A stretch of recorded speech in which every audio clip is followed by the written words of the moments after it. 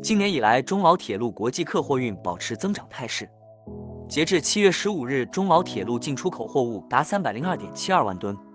货值101.97亿元，同比分别增长29.1%、61.9%。中老铁路是共建“一带一路”，倡议与老挝辩路锁国为陆联国战略对接的重要项目。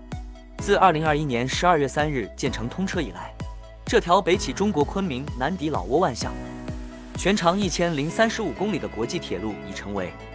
创造经济发展新机遇的黄金通道。中国制造的机电光伏产品、老挝、泰国的天然橡胶、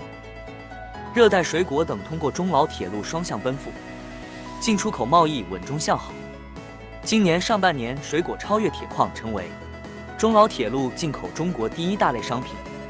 机电产品单晶硅切片成为中国主要出口商品，